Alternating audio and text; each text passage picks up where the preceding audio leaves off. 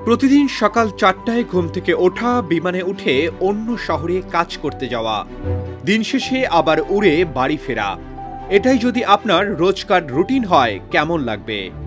পাগলাটে শোনালেও বাস্তবেই এমন জীবনযাপন করছেন মালয়েশিয়ায় বসবাসকারী র্যাচেল কৌর। র্যাচেল একজন কর্মজীবী নারী এবং ২ সন্তানের মা। আর এখন ইন্টারনেটে সেনসেশন, কারণ তিনি প্রতিদিন বিমানে চড়ে প্রায় ৩৫০ কিলোমিটার দূরে যাতায়াত করেন। কিন্তু কেন? এর পেছনে রয়েছে এক অবিশ্বাস্য বাস্তবতা। বিমান ভাড়ার চেয়ে বাড়ি ভাড়াই বেশি। দৈনিক বিমানের যাত্রী র্যাচেল। তিনি মালয়েশিয়ার পেনাং থেকে কুয়ালালামপুরের এয়ার এশিয়া অফিসে কাজ করেন। প্রতিদিন সকালে তিনি বিমানে করে অফিসে যান, কাজ শেষ করে আবার উড়ে বাড়ি ফিরে আসেন। এতদূর যাতায়াত করেও তিনি খুশি, কারণ এতে তার খরচ কমছে এবং সন্তানদের সঙ্গে সময় কাটানোর সুযোগ পাচ্ছেন। আগে তিনি কুয়ালালামপুরে অফিসের কাছে থাকতেন, যেখানে মাসে প্রায় $৪৭৪ খরচ হতো। এখন প্রতিদিন বিমানে যাতায়াত করেও তার খরচ কমে এসেছে $৩১৬। অফিসের কাছে থাকা মানে বেশি ব্যয়, বেশি ভাড়া।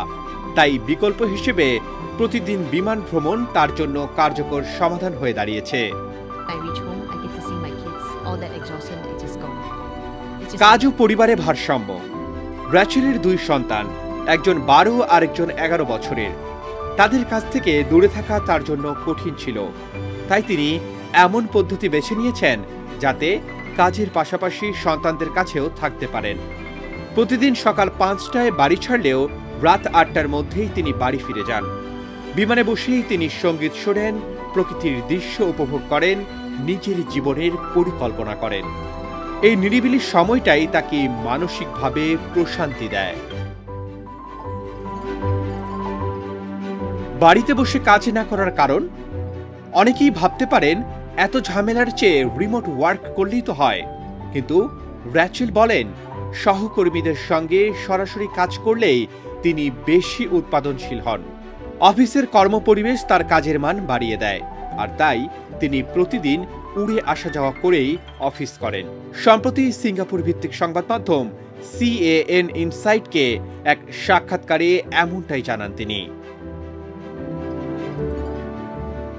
এই অদ্ভুত যাতায়াতের সিদ্ধান্ত শুধু তার পেশাগত নয়, ব্যক্তিগত জীবনেও ভারসাম্য এনেছে।